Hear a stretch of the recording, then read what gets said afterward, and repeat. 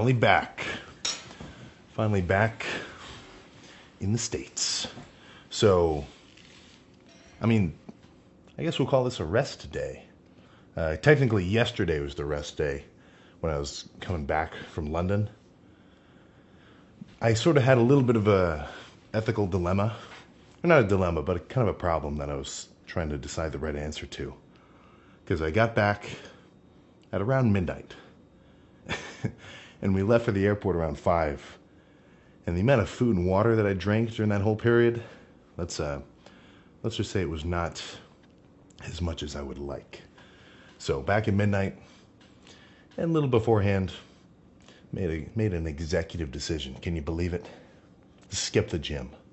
But, I mean, that's always been my approach. Every time I talk about rest days, I don't say never take a rest day. I say only take them when necessary. You know, and I've only got 2 situations when that occurs. Either I'm fucking sick as a dog, which, even if I'm a little sick, I usually still go. Or, if I'm just fucking busy, man, scheduling-wise, to the point where I can't really prepare enough to have a good workout. The arm day that I'm going to have today, after sleeping all night, getting a big-ass bowl of eggs, cheese, salsa, and onions, and then sleeping all day, plus having like 2 liters of water with some electrolyte mix in them. This arm day today is going to be much more effective. Just because, well, I mean, I'm more well-rested, obviously, more hydrated, and I'm just going to feel better when I do it, you know? So I want to lift as frequently as possible, daily. You know, that's pretty much the bar, which I like. But if I can't prepare, like if the night before I got zilch for sleep, hardly ate much, kind of dehydrated, it's not going to be in my best interest to fucking, you know, stress my body out by doing a lift. I got to kind of get on my A game when it comes to those 3 pillars of preparation. You know, I say this all the fucking time. Sleep, food and drink. I guess that's really it. Sleep, food, drink. If you're properly rested, well-fed, and well-hydrated, I have no reason to believe that you can't do a lift back to back to back to back to back. And if you ever feel like, you know, you're a little bit tired or you're unrested or you just, I mean, you know for a fact that you're not going to have a very productive lift, then it may be in your best interest to back off. But the problem arises with that sort of thought process of gauging whether or not you should go lift or stay home and rest. Because, you know, for the most part, people are fucking lazy. And I don't mean just people, I'm talking about me included, you know? So where is that bar? You know, where can you really tell, like, oh, I actually am physically tired. I should stay home. I should rest. I should save up some energy to lift tomorrow. You know, where does that get blurred to, I'm feeling kind of lazy. I'll just say I'm taking a rest day. You know, so that's where I think that the 2 thought processes of frequency, one is a little bit better to start with, and I think the other one is kind of babyish, you know. So if you start out working out and you've got the mentality, no matter what, sick, 0 sleep, feel like shit, you're going to lift. I'm not going to say that every lift you're going to have is super productive, but you will kind of have that dog in me mentality, and it's going to show, you know? So it kind of shows how, you know, into it you are. And then the guy who constantly takes rest days whenever he feels the slightest level of discomfort, or he's not totally hyped up to go lift, or like some of his buddies weren't going to be at the gym that day, so he says, I'll just stay home. You know, that guy, I don't think all of a sudden he's going to like start training like a freak. I think he's going to consistently just kind of be a schmuck almost, you know? And I kind of do want to be mean when I say that, because we've all go to the same gyms. I mean, not the same gym, but we all go to the same gyms year after year. And I know that you see dudes who just, they're right there, 0 progress. They're locked in at a 225 bench.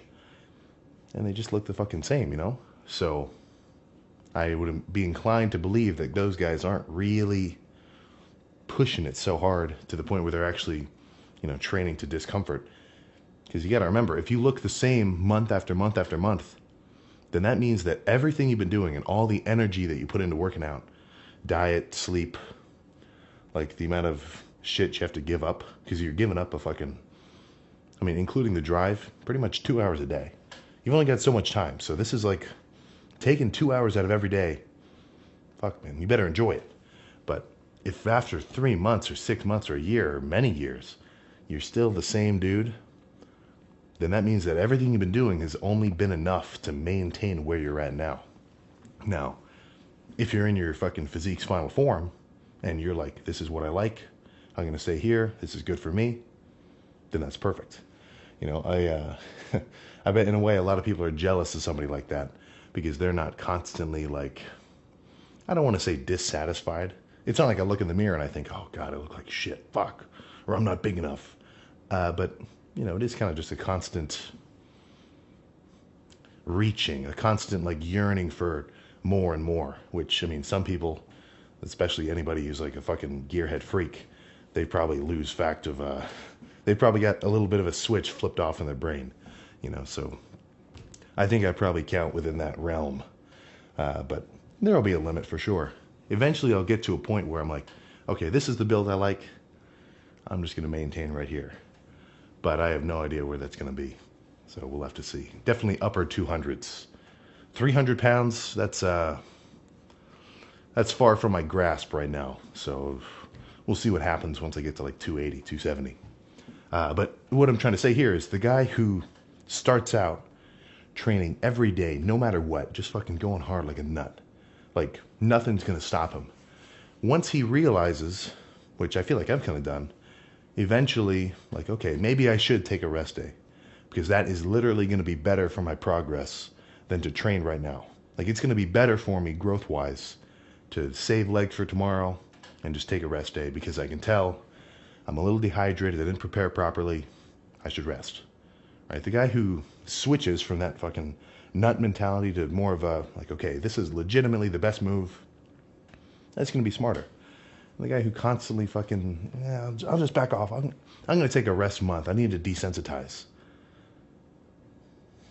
Come on. Which one of those guys is going to be more jacked? You know, so that's really the main point I'm trying to say there. And then, unrelated to training, we can just kind of talk about the UK trip. My eyes were a little bit bigger than my body.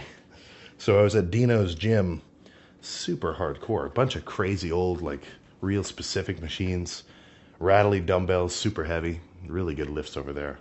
I posted a few of those, and then a few are going to be on the Hostile channel. But afterwards, he's like, fuck, man, take a hoodie. And a 3XL might be a little big for me, which kind of sucks to say. But I'd rather grow into it, you know. I feel like I even did that when I was a kid. Like, whenever we'd be at like a swim meet or whatever, I'd always try to get the biggest shirt I could. But now, even fucking a 2XL shirt that's been sitting in my closet for years, I can't even fucking fit into it. You know, so you gotta remember, if you're an early, you know, year 1, year 2 lifter, you're only like 180 or so, I would recommend getting a few, you know, 3XL long sleeve shirts or hoodies or just whatever, because it's pretty cool to grow into shit. You know, I've got like workout shirts, like long sleeve stuff, which I've had and I've been wearing since I was like 170 pounder, and they still fit now. Now they fit a little bit more well, and they're actually kind of getting a little bit tight on me, but it is pretty cool to be able to have such a tangible, you know, thing that you can see yourself grow into. So next time you're on, you know, next time you're buying some shit, maybe go up a few sizes, just so you kind of have a constant motivator, like, oh shit, I gotta fill this fucker out. But yeah, so I can definitely tell I'm light. I got on the scale. This is probably my most unfortunate news to bring. 250 pounds. Not good. Not very good. But only a momentary setback. Because you got to remember, when I lose, you know, 10 pounds or something over like a trip, because I'm not getting my meals in and I'm not drinking enough water and electrolytes and staying hydrated, and my sleep was kind of fucking bananas this whole time. Not that those are excuses. I definitely could have been better about the food. I'm still kind of working on that. Like, I mean, this is like my second really big event where I'm like fucking pretty busy. So I got to get a little bit better about packing my food and meals and everything. But even though I went from literally 260 a few weeks ago to now 250, does that mean that 10 pounds of muscle just evaporated off my frame? Well, not exactly, because you got to remember, the bigger you are, the larger your fluctuation of weight can be, depending on how well or poorly hydrated you are, and how well fed versus kind of flat you are. So when you're up at like 250, 260, if you go a few days without really getting in enough food, fuck man, your weight can drop 7 pounds, 8 pounds. In my case, unfortunately, 10 pounds. But that's not muscle, that's just intramuscular fluids, right? We're talking sarcoplasm and glycogen, pretty much the sugar water that fills up your muscles, right? That's, if you ever hear about carbo loading or just, carb loading of somebody doing like a marathon or something, the night beforehand, they're eating fucking hundreds of grams of carbs worth of pastas or whatever else, such that for the next day, intramuscular glycogen, right, all their little fuel levels, if you were to zoom in onto each fiber of your fucking quads or your pecs or whatever, you've got a little gas tank of pretty much sugar water. And the more food that you eat, the higher that is going to be. And that's kind of the name of the game with bulking, in my opinion. So I try to stay as full of water and carbs as possible. So in essence, I'm running a full tank constantly. So I've got a lot of energy at my disposal. Not only for, recovery, but also to fucking lift, You got to remember, glycogen, aka sugar, that's your fucking first source of fuel. So when you're working out and you're full of sugar, fuck man, you're going to be pretty strong. Even if you go from fucking, let's say you're eating at maintenance for like a whole week, and then for a week, you eat in like a 500 calorie surplus. Not only are you going to be a little bit heavier because you ate a little bit more food, but the fact that you have more carbs, you're just fucking carbed up and more full, you're going to be stronger. And again, I'm not a power lifter, so the strength is kind of secondary to the goal of, size and fucking, muscular development. As it might not seem that way. I always try to lift pretty heavy. But even when you're fucking pumped up, you're going to be bigger when you're full of fucking carbs. Because you got to remember, if your muscles or if your biceps are full of more water and sugar, and each fiber, that means they're going to have more volume, So today I may be a little bit smaller just visually because I'm legitimately shrunk in a sense. But I think the word deflated is a little bit of a better term. So even though it was a 10-pound loss, which in a bulking phase is completely against the goal. It's like a complete fucking, down 20% on the NASDAQ. Don't worry, it's going to come back up. Probably over the course of just the next few days. Because I can definitely tell, and hell, this may end up being a good thing, that I'm fucking hungry. Like I got a bowl of lo mein sitting right in front of me. I don't know if I'm about to go lift. I've got arms, which is, I'm going to post that tomorrow. I'm just recording this so you have a little something today. Because 2 days of no video, come on, that's fucking nuts. But I got a big ass bowl of lo mein that my parents got me when they went out to lunch. I think I should probably wait until the end of the workout to eat this, just because if I eat the whole thing, I'm probably going to feel like shit. Or not shit, but kind of, bloated. So, yeah, I don't expect that to be a problem. Next few days of, carbing up, I got a bunch of fruit snacks and Gatorades and tons of eggs and steaks and rice and ramen and chicken lo mein and whatever else. Guess what, man? All of that stuff, even though, not conventionally the healthiest foods, it's still full of fucking carbs, fats, and proteins, So I'm not saying that doesn't matter. Do not take it as though I'm saying this is the absolute best way to go about it. It's just kind of what I like doing. But over the course of the next few days, as I eat a ton of this, so every day that I work out and I just exist at my body weight, breathing and moving around, doing my cardio and sleeping, my whole body's going to burn X amount of calories, maybe 4,000, 3,500, whatever. So that's the amount of food that I need to eat to just to stay at a 250 pounder. So over the course of the next few days, as I eat, maybe 5,000, 6,000 calories per day, since that calorie intake is above my body's maintenance, that means that I'm going to have more energy at my disposal than necessary to stay the same weight. So I don't know why I'm trying to overcomplicate it by saying it so fancily, but when you eat in a calorie surplus, your body has to do something with that energy. And not even just that energy, but with that mass. You know, you're literally putting a bunch of fucking matter into your frame. It's not all just getting passed through you. So if you combine a serious calorie surplus with weight training, a stimulus, essentially you're creating a need for your body. You're creating a need for your body to recover when it has, you know, a ton of fucking calories to work with, as well as proteins, you know, fats, carbs, everything. It's going to be able to fucking grow. So that's sort of the mentality that I've really resonated with for the last few years, or, you know, 2.5 years-ish. So that's why I've been bulking up and cutting down. And not only do I just like the thought process of it, but it's been working, you know? So I've said this a few times, but I feel like the main argument against bulking and cutting is the fact that, oh, well, you're just yo-yo dieting, right? You gain a bunch of weight, but then you lose all of it, and then you're back to where you started. But you got to remember, you're not back to where you started, at least if you'd bulked and cut properly. So, you know, here's the line. Like, let's say I was like 200 pounds when I started really bulking up. Got up to 230, cut down 210. 10-pound fucking gain, right? Bulk up to 240, cut down to 220. 10-pound gain. You know, consistently do it like that. And for me, at least, with my whole situation, all my supplements and everything, that's just what fucking works. You know, so I used to main gain when I was in high school. That I got from 160 to like 200-ish, reasonably lean. And also I was doing sports at the time. I was doing diving. It doesn't really help you to be able to do flips in the air when you're carrying an excess amount of body fat. So that may have been why I didn't really get into any serious bulks back then. But fuck, man, I'm not saying that's the best way to go about it either. Right? The best way to go about it is the way that lets you grow muscle.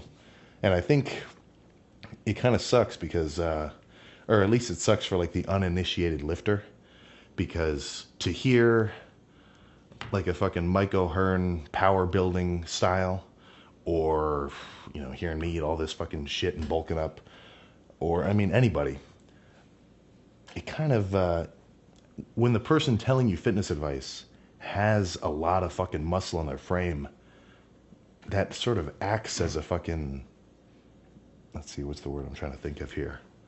That acts as their credibility, to the point where it's not even a question like, oh, look at this guy, he's fucking huge, he knows what he's saying, right? So that's where the responsibility falls on the viewer, right? The guy watching this video, to be able to take in a variety of information from different sources and places or whatever else. Not even just videos, but like talking to dudes in their gym or, you know, anybody, and kind of make their own conclusions, you know, because you gotta remember, there's no law against saying stupid shit about working out and like calories and diet and training and whatever.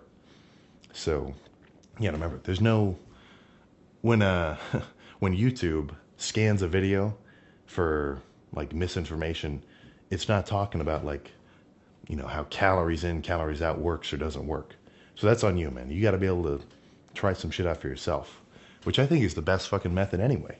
Because over the course of like, you know, starting working out, picking different workout splits, whatever else, the starting point's pretty basic. Everybody starts with the same shit, right? Push, pull, legs, maybe 10 sets per workout. You start with like a chest day that's like 3 sets of flat bench and 3 sets of machine press, 3 sets of pec deck, and like a set of cable flies, or like just some basic shit like that. Pretty much everybody starts there. And then over the course of time, you should be able to, well, you definitely should at least try to be able to look at how you've kind of developed and what sort of training style you like, and, you know, watch other people's workouts and see how they do it. Like for me, every time, because I mean, I'm kind of spoiled now. I get to train with like Samson Dowda and, you know, all these old school not old school, but, you know, older bodybuilders who have been around for years. And every time I'm working out with them, I usually take a back seat. I let them lead the training so I can, you know, really see how they do it. Because these guys are fucking huge, bigger than me, way fucking bigger than me, they definitely did it somehow. So for me, that's just an opportunity to say, okay, let's see how they do it. Let's hear their thought processes, because it's not like they have my body, so they're gonna go about it differently. But a lot of the times, you can pick and choose certain aspects of people's training and just fucking see if you like it. And it doesn't even have to be that abstract of like, oh, I want to really analyze your training. It could really just be like, oh, what fucking go up to somebody at your gym, ask them what a good finisher for chest would be. And if they tell you some shit like, oh, do a set of pec decks, and then jump immediately onto a chest press and burn out with like a lightweight. That's part of their training style, but it's just one set. You try it out. Maybe you fucking love it. Crazy chest pump. And you say, holy shit, Big Dan, I'm going to copy that. And then if they tell you to do something like I can't even think of something, but they tell you to do something that's a little bit silly, maybe you try it, you say you don't like it, and then you fucking move on. So there's only there's only two scenarios which are going to happen after you try something like that. You're either going to, find a new set that you like, or you're going to learn that you don't like one like that. And in either case, that's you progressing towards a training style which you like more. And I think that's a pretty big part of it, For you to like the training that you're doing and to enjoy doing a set and pushing it to like as close to failure as you can, the more you can like being in that state, the better your gains are going to be, because you're going to be lifting longer and harder, If you, I think at a baseline level, everyone has a pretty solid amount of fucking potential gym-wise, like muscle growth-wise. Some people are going to have crazier genetics than others. Obviously, that's a fucking given. But the median, after a period of time, I think anybody can get fucking jacked, But if half of the people don't really enjoy working out at all, and it's like, it's a real chore, they don't enjoy it, they're fucking like,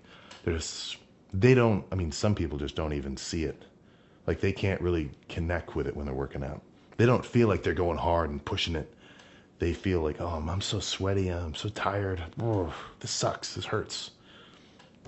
Some people, they just can't connect with the lift, man. Which, sucks for them, unfortunately.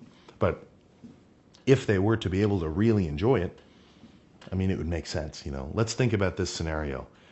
If you worked out hard as fuck, consistently every week, maybe you take a rest day or two, whatever. If you do that for 4 years straight, and you get your diet on a reasonable point, to the point where you're making progress and you sleep pretty well, are you going to be jacked? I think if you actually pushed it every workout and you did it consistently, I think yes. I think if you put anybody through serious workout programs, like bodybuilding style, like we're all doing, for a few fucking years, I think anybody can fucking do it, But the fact that people don't really enjoy it and it feels like a chore, or they're like, oh, dude, that's way too much time. Fuck, man. I think that's the biggest sort of thing turning people away. It's just the fact that it's kind of a fucking long-term commitment. But it's sort of like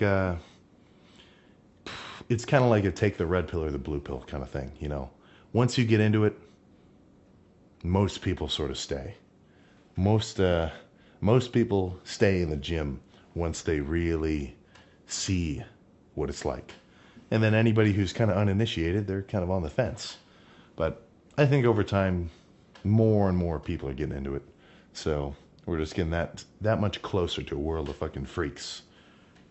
Or at least of, people with more muscle. Which, who doesn't want to see that? But plan for tomorrow for you is to see the arm day that I'm going to hit in a few minutes. But just a quick little kitchen talk, just to tide you over. Plus a weight update. Yeah, don't worry, I'll bring those back a little bit. I won't. It kind of sucks because I don't like putting them in the title of the video, because you got to remember, with your body weight, day by day, you can have pretty serious fluctuations. And maybe not you, but for me at least, when I track my weight, I could be fucking 256, 253, 257, 257, 258, 252, 255, and it's like day by day, it's very sporadic. But week by week, it's a little bit more of an even trend. So whenever I'd put the weight at the end of the title in the video, fucking half the comments are just, how'd you lose 5 pounds? Oh, holy crap, how'd he gain 5 pounds? You know, so it's just, I'll keep you updated, don't worry. 260 will return, and I foresee that'll happen rather quickly, because that's not the end goal, right? That's not the point, just to be 260, brother. You know, I got to get 270. Not that that's like, I want to get as heavy as I can, but if I got to 270, let's just say I wouldn't mind. But gonna hit arms, come back to this lo mein. Yeah, I don't know why I even took it out of the fridge if I wasn't gonna eat it. But we'll see what that arm pump looks like for me in a few hours, but for you tomorrow. So whether you're fucking on spring break, in school, traveling, doing work like normal as a fucking adult, or you're in high school, don't skip the lift. That's my little quote to you. Unless a rest day is actually beneficial. But I'm out of here. I'll see you tomorrow.